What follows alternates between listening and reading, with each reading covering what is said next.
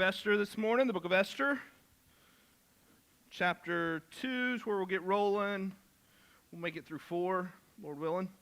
That's the goal anyway. So Esther chapter 2. We're in the book of Esther because we are walking through the books of Ezra and Nehemiah, but in the book of Ezra we hit this huge time gap that is right between chapter 6 and chapter 7 that you don't really notice unless you're really paying attention to the narrative there, but it's about a 100-year time gap, and toward the end of that time gap at the in the book of Ezra, you have the events that take place in the book of Esther. So that's where we're at. We're in the book of Esther, and we are looking to see what is going on. And this morning we're going to take a look at Esther specifically. We're going to take a look at her and kind of what her role is, at least initially, in this story.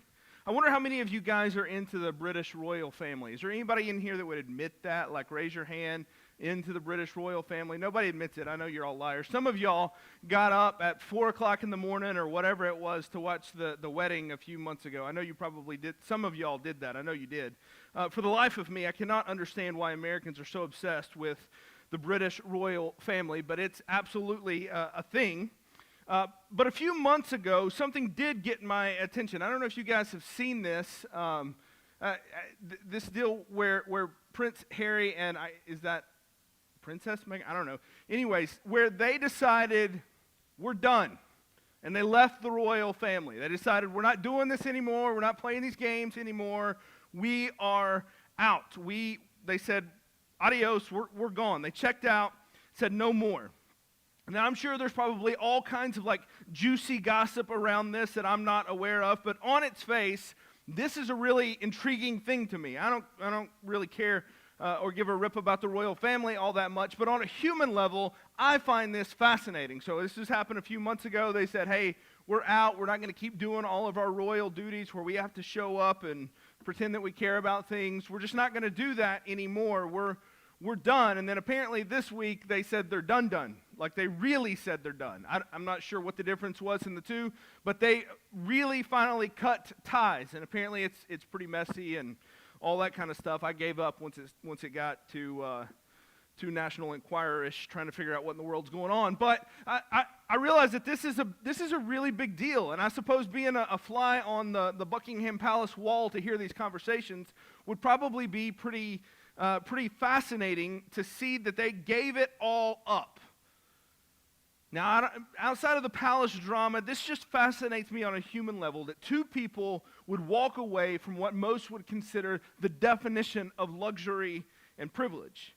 Now, I realize this is not like they're moving into like a duplex in the country and forsaking it all and deciding to be poor and taking a vow of poverty. They're still doing just fine, but it's a choice that has some real consequences for them.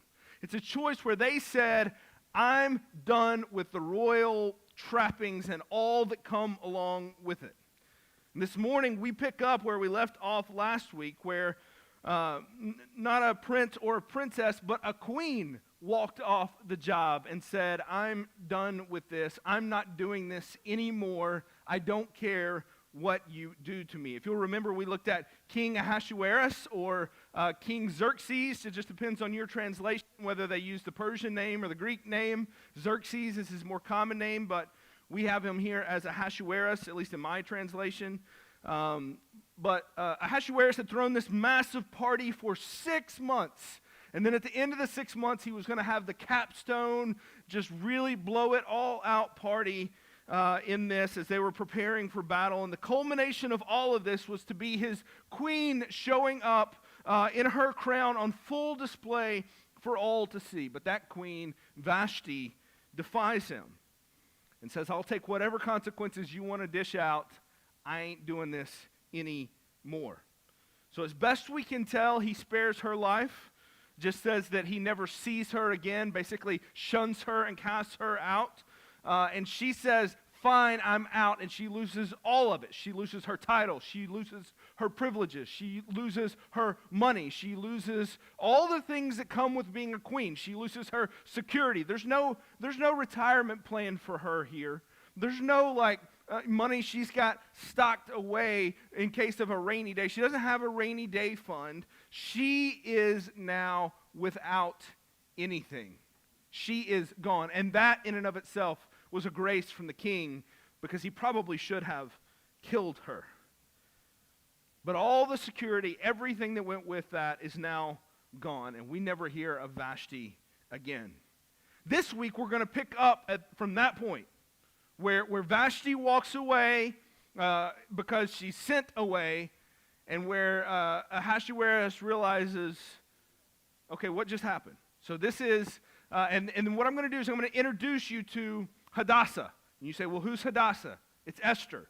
And that's a big deal that she has two names, all right? So we'll talk about that here in just a few minutes. I'm going to introduce you to her, and I told you the way I'm going to tell this story is more by going character by character than event by event. But we're going to pick up where we left off last week. So Esther chapter 2, verse 1.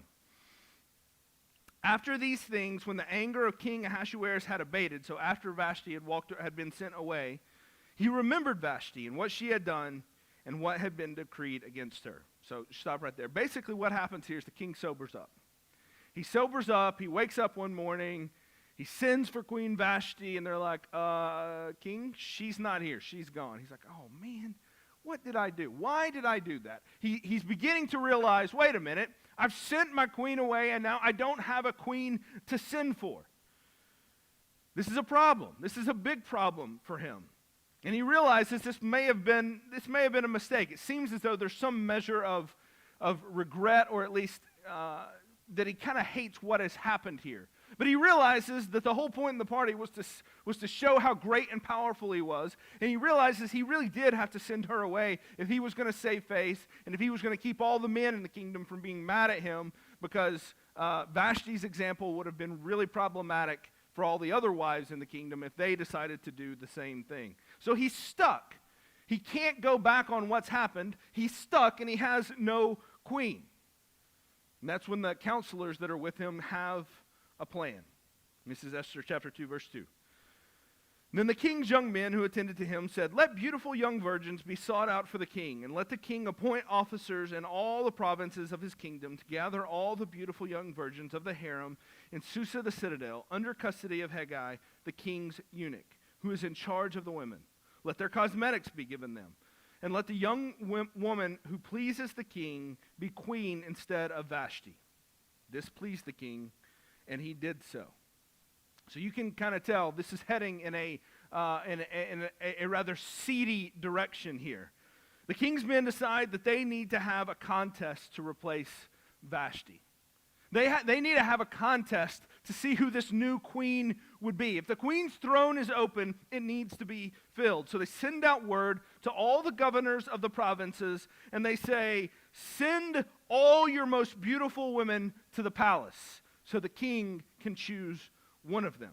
Now, we don't know how many this was. We don't know if there was a small selection of women that were sent. We don't know if it was every young woman that was sent. Some commentators would say that it was every woman in the kingdom, and they were to come, but logistically, that seems almost impossible that they could pull that off. What seems most likely is that the governors of each region hand-selected a handful of women, who knows how many, but a handful of women to go to the palace, and there's like 120-something provinces. There's a lot, so this is going to be a lot of women no matter what, that show up and are to take part in this contest.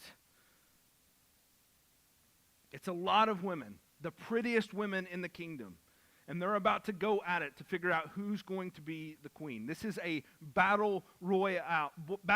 This is part The Bachelor, part Hunger Games, like mixed. This is what we're looking at here. And let's be clear. These women had no choice in the matter. Okay, so these governors did not come and say, hey, would you be interested in being queen? Because if you would, I have a proposal for you. No, what would have happened is that these governors would have gone to the fathers or gone to the men of the community, and they would have said, who's the most beautiful? Send them to me. They're headed to the capital. They're going to see the king. And they would have had no choice in the matter. They would have had to go. They would have been absolutely forced. But let's also be clear. A lot of these women would have been fully on board with this. Not all of them, certainly, but a lot of them would have been on board with this. To have a shot at being the queen, this is beyond the wildest dreams of every one of these women. It's like a winning lottery ticket for them. No matter where they came from, to be the queen would have been a massive upgrade in status, in fortune, in what happens with your children after this. It would have been an upgrade on every level, socially, financially, security, all of it would have been an upgrade. No doubt some did not want to be there, but there's also no doubt that some did. So which one was our hero? Esther. After all, she's the hero in this story. We'll see that here in just a few minutes, and we'll really see it more next week. But she's the hero in the story, and if you're going to be a Bible hero, you have to be impeccably moral. You have to have unquestioned morals in order to be a Bible hero, right? If you believe that, you've probably not read the Bible a whole lot, because we have all kinds of flawed heroes. So which one was Esther, though? Was she a reluctant participant, or was she eager to be a part? Let's keep reading. Verse 5. Now there was a Jew in Susa, the citadel, so that's the capital, whose name was Mordecai. We'll talk a lot more about Mordecai next week. Just brief introduction this morning. The son of Jair, the son of Shimei, the son of Kish, a Benjamite, who had been carried away from Jerusalem among the captives, carried away with Jeconiah, king of Judah, whom Nebuchadnezzar, king of Babylon, had carried away. So his family had been taken away whenever Babylon had taken down Judah. He was bringing up Hadassah. Well, who's Hadassah? It says that is Esther, the daughter of his uncle. She has two names. One her Hebrew name, Hadassah. One her Persian name that she is using, Esther. We'll know her as Esther for the rest of this story. The daughter of his uncle. So they're cousins. Now, it says that he brought her up, so he's probably quite a bit older than her, at least somewhat older than her, but they are cousins. They are family, and he is raising her. For she had neither father nor mother. The young woman had a beautiful figure and was lovely to look at. And when her father and her mother died, Mordecai took her as his own daughter. So when the king's order and his edict were proclaimed, and when many young women were gathered in Susa, the citadel, in custody of Hegai, Esther also was taken into the king's palace and put in custody of Hegai, who had charge of the women. So here's a little backstory to our hero, this backstory of Esther. Mom and dad are gone. Her cousin Mordecai is raising her. She has this Hebrew name, Hadassah, but it's not the name that she uses. It's not the name she goes by for the rest of the story. This is not called the book of Hadassah. This is the book of Esther.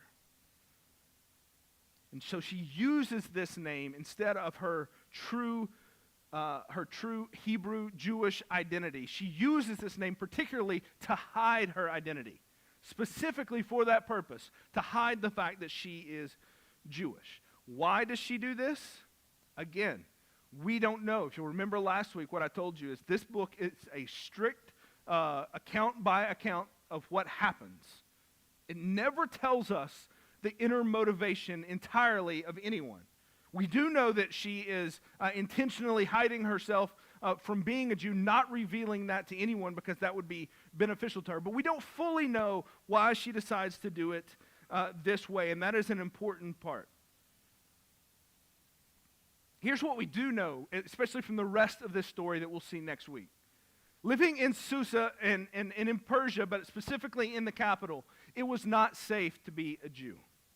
To be living in the city where Mordecai and Esther lived would have been particularly dangerous. Around the capital, around these people. It would have been particularly dangerous. Now, it wasn't illegal yet.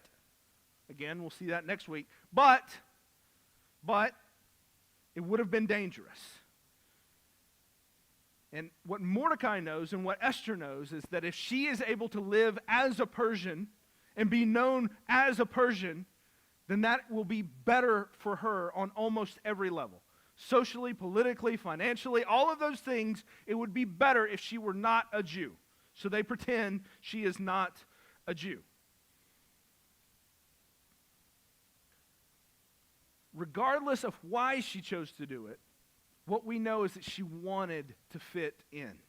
She wanted to fit in. So the question is, why did she want to fit in? Did she want to fit in to compromise, to syncretize? We've talked about that the last few weeks, where she kind of adapts all of these Persian cultures and kind of leaves her own culture behind. Did she want to do that? Did she want to become more like the Persians? Or did she just want to be protected and be safe because she knew it was dangerous to try and be a Jew there? Which one is it? Was she trying to move in the direction of being a Persian, or was she just trying to hide her identity as a Jew? We don't know.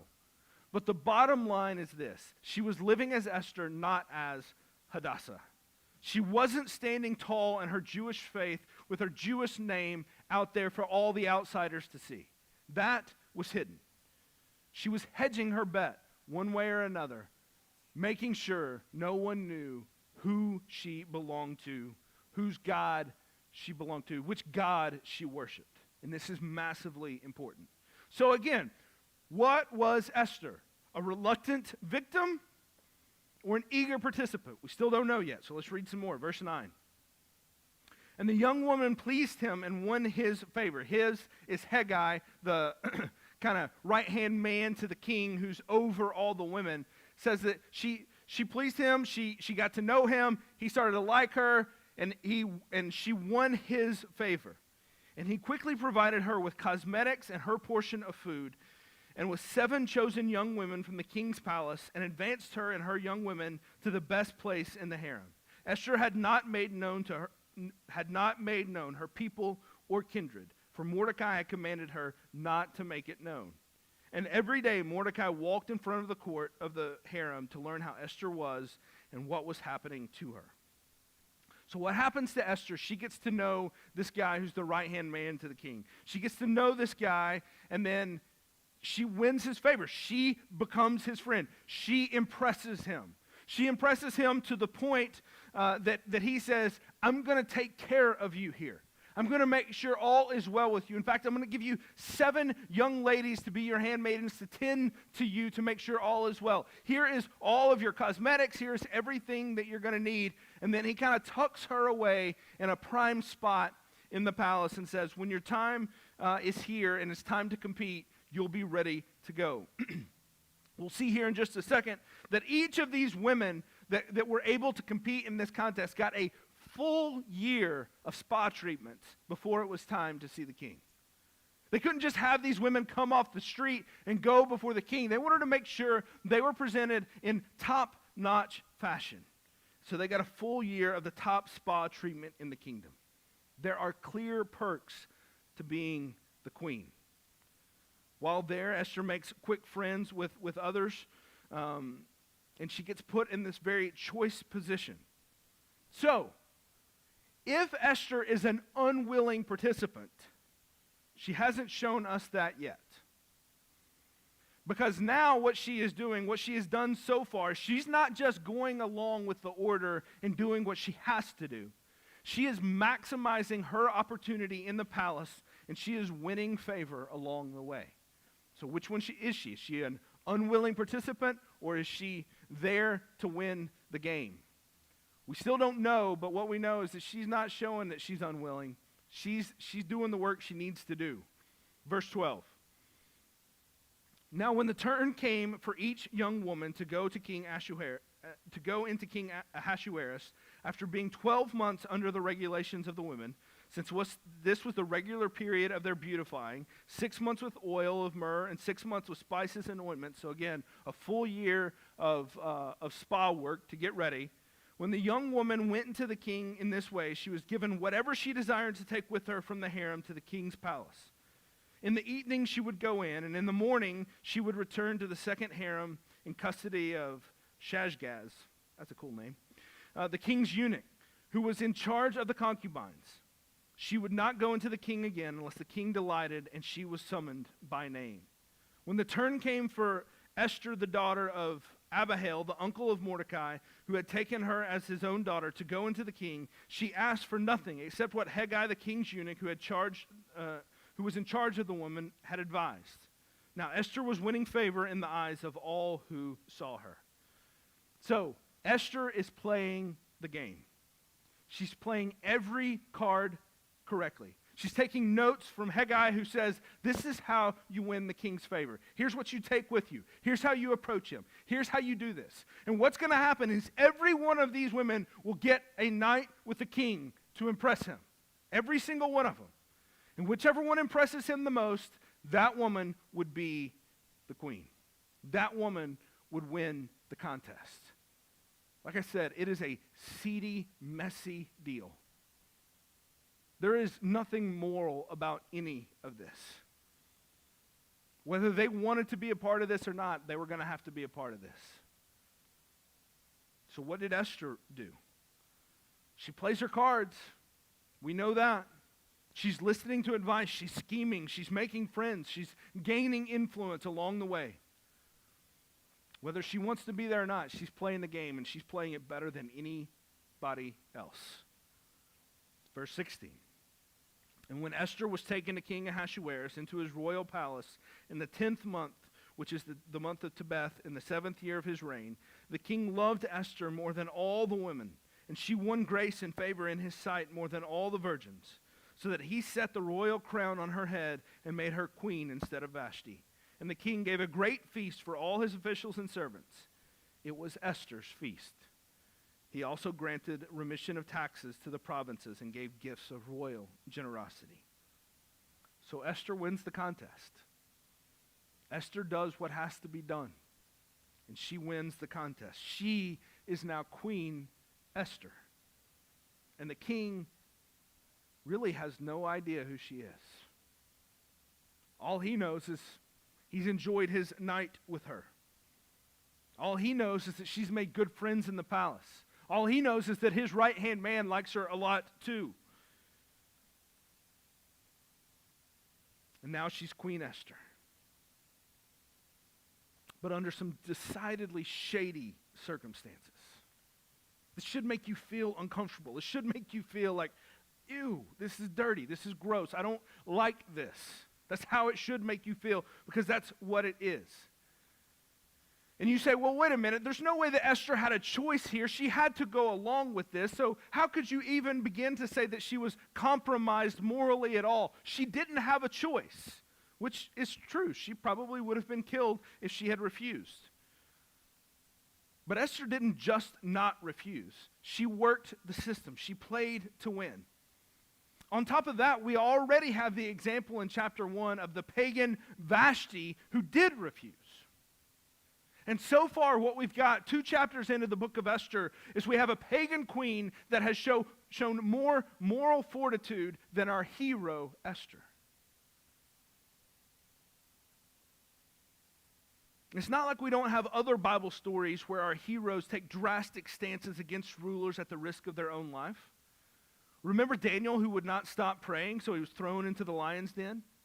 Remember Hananiah, Mishael, and Azariah, or as you probably know them, Shadrach, Meshach, and Abednego? Do you remember them? They were thrown into the furnace for their disobedience and their refusal to bow down to an idol. Now don't misunderstand. I'm not saying Esther was in this predicament and it was her fault. I am not victim blaming or anything like that here. Remember, I told you, though, this is written as a story. And so far, the author has seen no need to convince us that Esther is a good person. We have no note that she is a morally upright person. We have no note that she's morally corrupt other than the fact that she played the game and that she won here. If the author wanted us to know Esther as a great moral paragon, like Daniel, we would have known it at this point. But clearly the author is not driving at that conclusion. So I'm going to do something dangerous here. I'm going to give you my opinion.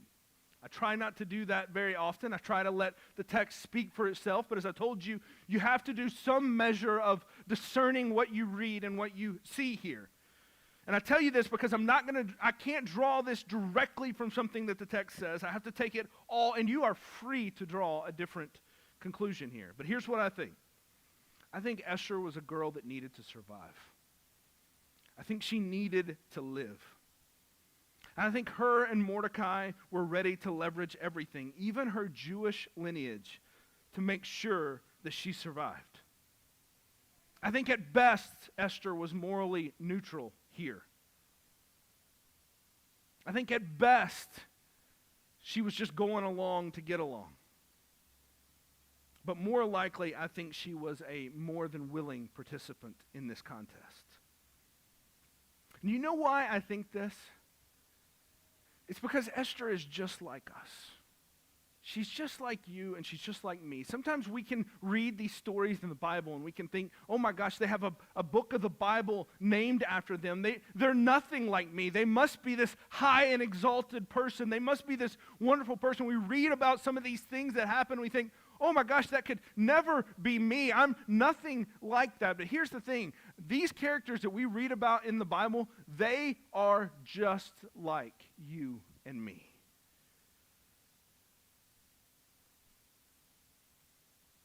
And the natural instinct for every one of us is to survive, to just get by, to move on, to make sure that you make it through to tomorrow.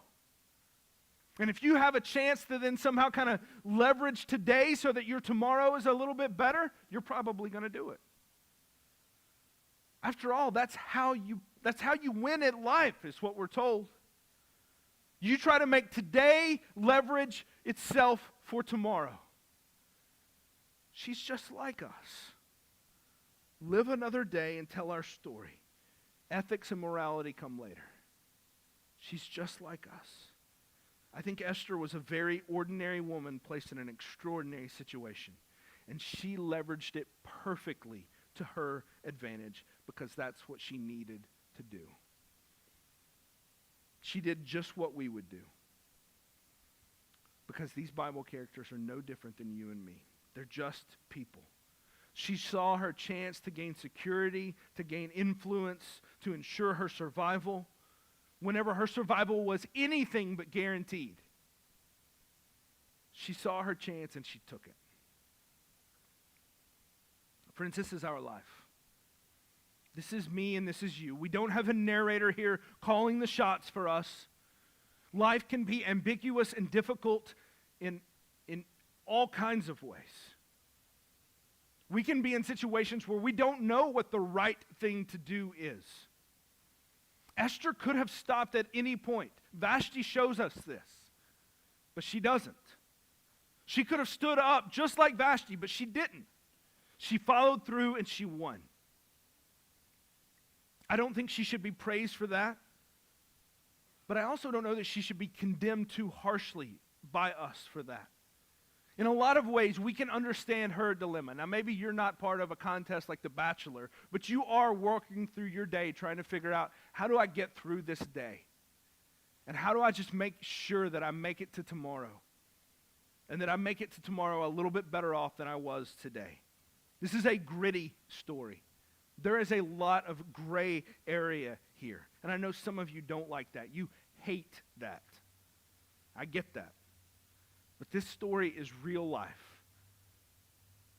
And if the Bible can't speak to us somehow in these type of moments where it is real life, then it is no good to us, ultimately. It is messy. But what's great is that even in this messiness, God is about to use Esther, and he's about to call her to something far greater than what she thought she was leveraging herself for. Being the queen is going to be small potatoes compared to what God has in store for her. So turn to chapter 4 now. Chapter 3 has some massive plot developments that we'll cover in more detail next week, so don't get too lost in that. But the bottom line is that Mordecai, her uncle, has gotten mixed up with a pretty powerful guy, and the result is the Jews are in some big trouble. The Jews are in some really big trouble. Esther's people have become the target of a full-on genocide. That's what happens in chapter 3, authorized by none other than her husband, the king. The Jews are terrified.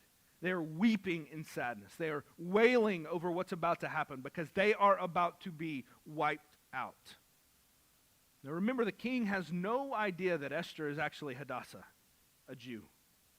He just thinks that she is a nobody from nowhere that he has made into a somebody. Mordecai goes into full weeping and mourning, and Esther is completely confused. She doesn't understand what is going on because she is so isolated in the palace, she is completely separated from her people. She has no idea they're about to be wiped out until she hears about Mordecai and what's going on with Mordecai. She's getting her spa treatments when she hears, oh, Mordecai's in such distress. She says, about what? What's wrong with him? Why is he acting like that? So Mordecai sends word back to Esther, informs her that she has to stop what's about to happen. She has to go to her husband. She has to go to the king and plead that he would relent. But that's not how it works. And Esther informs Mordecai of that. Chapter 4, verse 11. All the king's servants and the people of the king, this is Esther talking to Mordecai. All the king's servants and the people of the king's provinces know that if any man or woman goes to the king inside the inner court without being called, there is but one law, to be put to death, except the one to whom the king holds out the golden scepter, so that he may live. But as for me, I have not been called to come into the king in these 30 days. So basically, Esther says, I don't think you understand what you're asking me to do. What you're asking me to do cannot be done. I am not allowed. I might be the queen, but I do not have privileges here. I can only come when he calls me, and I haven't seen him in a month. I have to wait on him to call me. I can't just walk up to him. I'll be killed. She might be queen, but she does not have full access to her king. Well, for Mordecai, this is wholly unacceptable. He says, No. You can't do this. We need you right now, Esther. You cannot do this. He feels the urgency of the situation. If you guys know any verses from this book, you're going to know it from this little piece right here at the end of chapter 4. Look how he responds. Verse 13. Then Mordecai told them to reply to Esther, do not think to yourself that in the king's palace you will escape any more than all the other Jews. For if you keep silent at this time, relief and deliverance will rise for the Jews from another place. Mordecai is at least confident. He's trusting God. I'll give him that. It's a dire situation, but he's like, if you don't do it, somebody else will do it. I trust God that much. But you and your father's house will perish. And who knows whether you have not come to the kingdom for such a time as this. Mordecai says, Esther, if you don't help, someone else will. But you'll be excluded from the blessing whenever God does miraculously deliver us. But, Esther, what if God doesn't have another way lined up? What if God doesn't have something else for you, for us here? Esther, what if the whole reason that you're queen is for this moment right now? Esther, what if that's the case? What if you're the one to deliver us? Have you thought about that, Esther? What if God has you right here, right now for a reason? Now, there's no pause after these verses. Esther's response will be immediate, which we'll see here in a minute. But I can imagine that when Esther heard this from Mordecai, it had to land on her like a ton of bricks. It had to hit her hard. Esther was just a girl trying to survive. And now she was living this great life. She was the queen. She had everything. Her family was lined up for generations to come. The most powerful man in the world had picked her. And had picked her because she was good looking and because she was shrewd and she schemed well and she made it happen. She thought she had her position because she was good. Now she has to come face to face with the reality that there was something else going on here. Something far bigger than her. Something far more important than her. She might be queen, but her glorified position has been surpassed by a divine mission. And here's what Esther knows right now. Her past is irrelevant. Completely irrelevant in this moment. How she got this position as queen did not matter. Was she an immoral, worldly schemer working her way into the king's bedroom? It didn't matter. Was she a compromised Jew hiding her heritage simply because of fear? It did not matter. Was she exceptionally good at politics and making friends and working the system? It didn't matter. Was she a moral, upright woman that had been taken advantage of, abused, and forced to be the king's bride? It didn't matter. None of it mattered. How she got where she was did not matter. All that mattered in that moment was the answer to that one question. What was she here for? What was she here for? Why was she in her position? And what would she do with it? That moment was all that mattered. The rest of it didn't matter anymore. Friends, this morning I have no idea what your life has been. I cannot see your past. I can't see your skills and your education. I can't see your shame and your trauma. I can't see your sin and your failings. I can't see your charisma and your talent. I don't know the depths to which you have fallen or the heights to which you have soared. Here's what I do know. None of it matters now. In God's economy, none of it matters now. What matters is your answer to the same question that Esther had. What are you here for, and what are you going to do now? That's the beauty of the gospel. The good news of the gospel is that our sin does not define us. Our past, good or bad, does not define our future. All God is asking you today is this question: will you step out and honor him today? And that question, that moment right now, here in the present, is all that matters.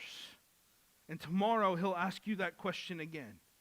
And the next day he'll ask you that question again. Our past failures, our horrible sin, our terrible defeats, our sinful relapses, our messy lives. God is far less concerned with those things of the past than he is with the faithfulness in our present. And this is only possible because of the gospel. You say, well, what do you mean when you say that? I don't understand what you mean by that. What I mean is that the cross changes everything for us. Jesus' death changes how we define ourselves and how we define our moments. No longer do we sit under the weight of our past. No longer do we condemn ourselves with how things have gone in the past. And no longer do we sit under our failures. No longer do we puff ourselves up with our hollow past successes either. Instead, we give ourselves over fully, by faith, to Jesus Christ and trust him there. When we do that, our sin and our failure is taken by him, and we can be set free. We can be totally set free from all that mess in the past, all that sin in the past, all that has drug us down, all that failure. It doesn't matter anymore at all because Christ has taken it upon himself. It's an all-out act of faith on our part, giving our lives to him and saying, it's yours, you do with it what you will. Esther had to decide if her past was who she was or if she was something more and something bigger. If her faith was in herself or in her God. That was the question. Did she trust how she had gotten where she was? And did she trust in her position? And did she trust in all that came with it? Or did she trust in her God? If her purpose was in her pampered palace or if it was in her faithfulness to her God. And make no mistake about it, it is an act of faith either way. Either your faith is in what you've done and what you have, or it is in something outside of yourself and something bigger than yourself. Esther has to reckon with all of this in a moment. So what does she say? Verse 15. Then Esther told them to reply to Mordecai, and you can see she senses the weight of what she's about to do. She says, go gather all the Jews to be found in Susa and hold a fast on my behalf and do not eat or drink for 3 days, night or day. I and my young women will also fast as you do, and then I will go to the king. Almost certain death. I will go to the king, and though it is against the law, and if I perish, I perish. Those are powerful words. If I perish, I perish. Esther makes her choice. And you may be tempted to kind of get lost in the royal trappings of all of this, queens and kings and palace intrigue and all that goes along with that, but don't be. She was an ordinary girl just like you and me. But in God's providence, there is no such thing as ordinary. There is no such thing. There are not extras in this movie called life. There are no ordinary people. You are not ordinary. You matter too much to God in the story He is writing. We all have roles in this story. We all have our part to play. And there are no ordinary moments either. Esther thought she was having an ordinary day, doing her ordinary things, getting her ordinary spa treatments for the queen. But there are no such things. Every moment matters with God. Every single one. Every one. The one at 3 o'clock this afternoon, the one at 5 o'clock next Thursday, the one at 2 o'clock next Sunday, the one at 3 o'clock a month from now. Every moment matters. Every single one. Friends, one day you will have to make a decision about who you are and whose you are. You will have to make that decision, just like Esther. When that day and that moment comes, you will have to decide what you trust. You will have to decide where you truly have placed your faith. Will it be in yourself? In your own works, in your own abilities, in your own education, in your own brilliance, in your own goodness, in your own stuff, in your own agenda, in your own plans, in your own intelligence, in your own rule following, in your own education, or in your sorrow, in your shame? What will you trust? How will you define yourself? Or will it be in God Himself?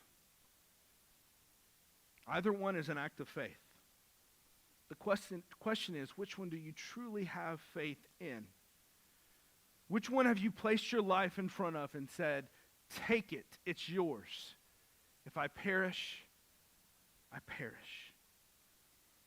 What kind of person can say, if I perish, I perish? If I die, I die. What kind of person can do that? How can you say something like that? That may seem just completely out of the picture for you. You're looking at this Christianity thing and you're thinking, I don't know, I'm trying to figure out how all the pieces together, and this guy's trying to tell me that I need to go out and say, if I die, I die. What kind of person says, if I die, I die? It's the one who realizes that their life is not their own. They were bought with a price, the blood of Jesus Christ.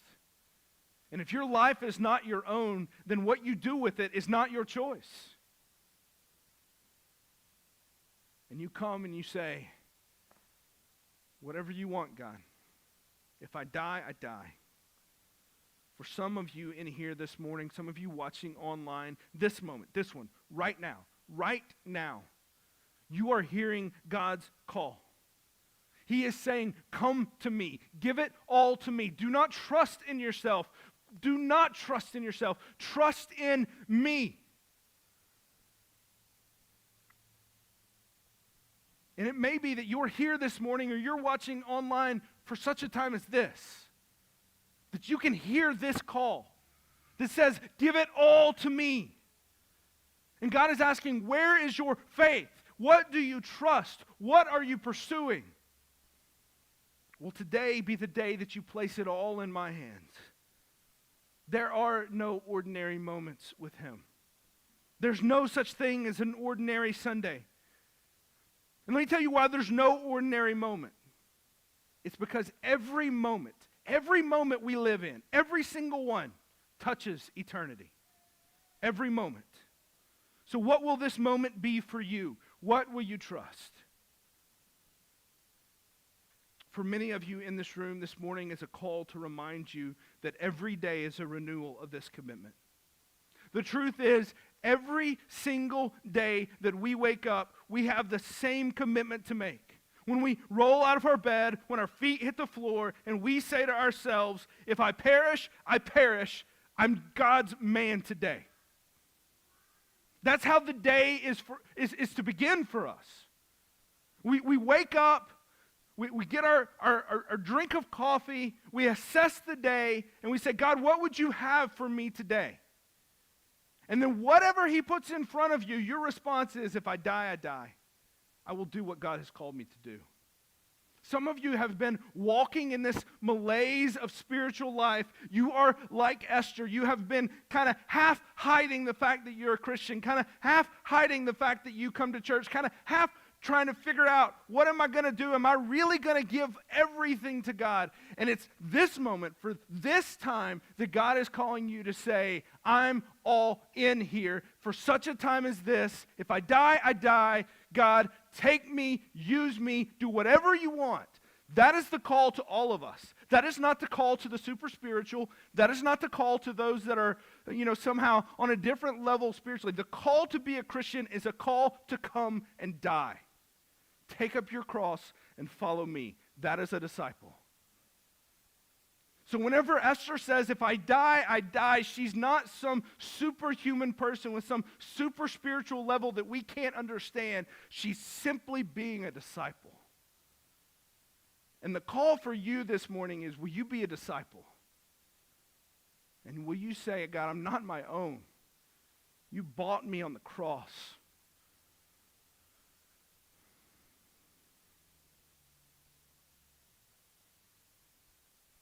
When sin comes knocking at your door, when you're confronted with those sins that so easily entangle, that so easily pull us back, will you say, no, I will not give in, even if it kills me? If I die, I die. I am God's man. I am God's woman. I will do what he has called me to do. This is the story of Esther. We're going to see here in a few, next week, whenever we come back, we're going to look at Mordecai, and we're going to look at what else happens through this, and we're going to see how this moment is the turning point. But it's a moment that touches eternity.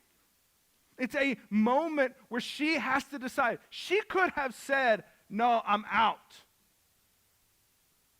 I'm not putting my life on the line. I'm gonna take care of me and myself.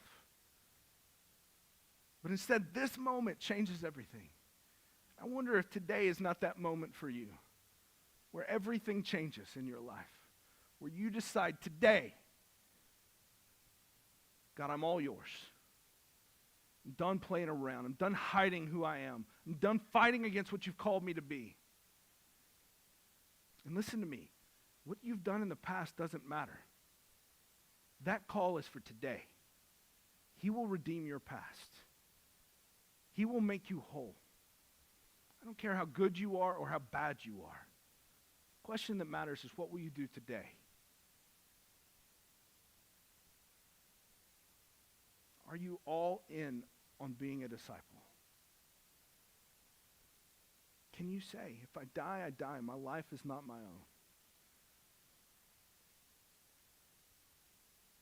Today's the day. Will you pray with me? Father, this morning we scarcely can utter those words without feeling the weight of them.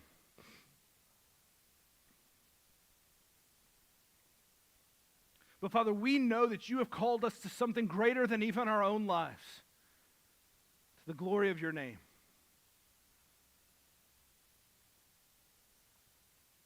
Father, you do not have to use us. You do not have to step in and call us. You don't have to do that. But you choose to. May we not miss the ordinary days that aren't so ordinary. And Father, may this moment right now, this time, may it be a marker for someone in this room, for someone that's watching online. May it be a marker that says, I am different now.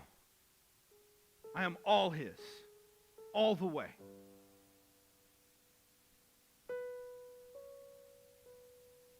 God, take me and use me. Do whatever you want.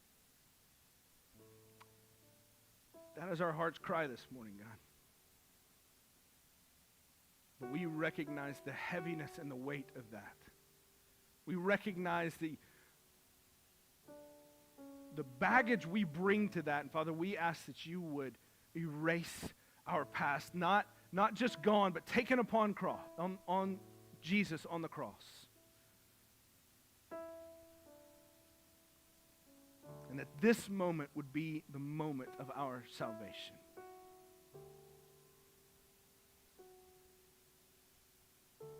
Where we say it's all yours.